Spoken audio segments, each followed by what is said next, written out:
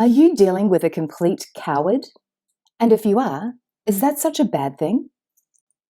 Weak people are treacherous. They are treacherous by definition because they are weak.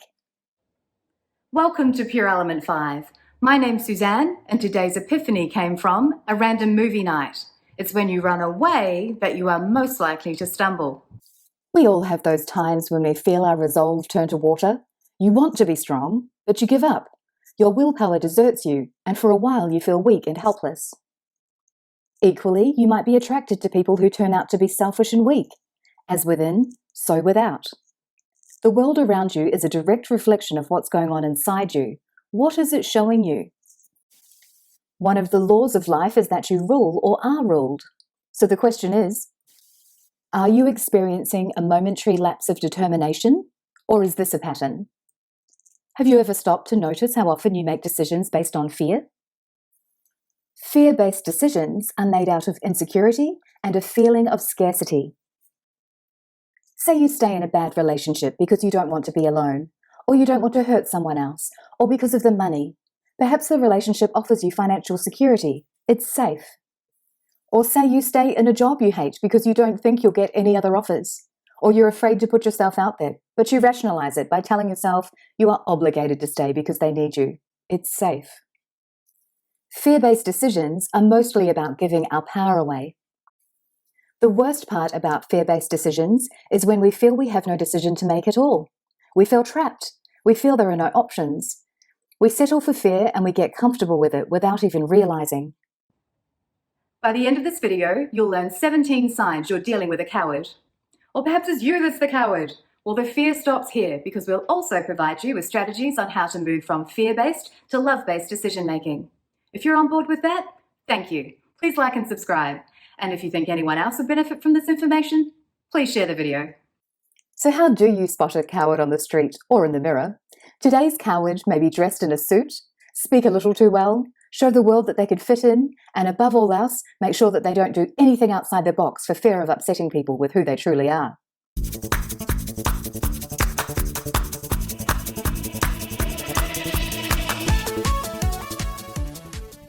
They fear honesty. Cowards are the opposite of straightforward. They beat around the bush, tell half-truths and whole lies. They live a life of smoke and mirrors, creating a false image to present to other people. They live in a fake mask in a fake world.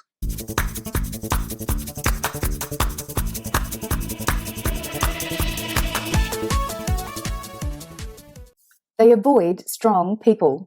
Strong, honest people will call a coward out on their BS, so cowards tend to hide away from strong people so they can maintain their fake persona.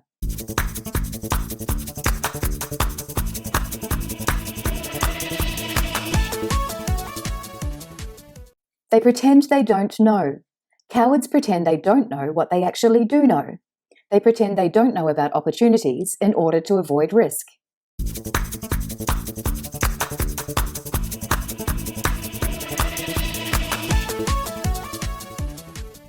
They frequently take the easy way out. Cowards avoid taking bold, decisive action because it makes them feel uncomfortable. Then they rationalize why they didn't do what they really needed to do.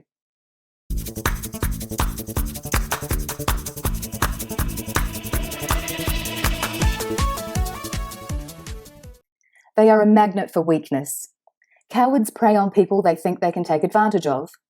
They will typically act super nice towards them at first and then bare their fangs later as they start to extract favors like borrowing money and not returning it.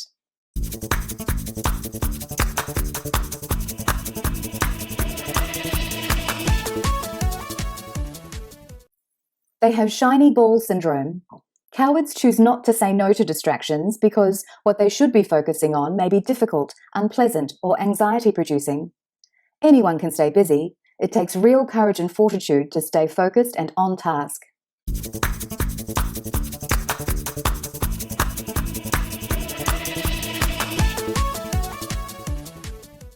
They are master manipulators. Whether it's emotional blackmail or flowery compliments, cowards bank on the fact that talk is cheap and use empty words to get their way.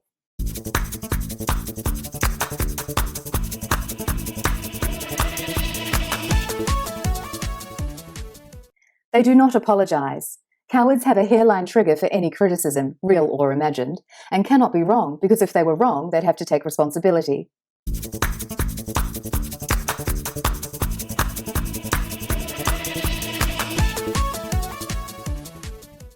They refuse to balance their head and heart. It takes both facts and intuition to analyse situations effectively. Cowards tend to stick in the analytical style they're most comfortable with. Good decision-making requires both aspects of analysis, and that means the need to step outside of comfort zones when it's time to make decisions. Join us tomorrow for the second half of this list and some tips on what you can do if you find yourself dealing with a complete coward. If you thought this was pure engagement, please give us a thumbs up.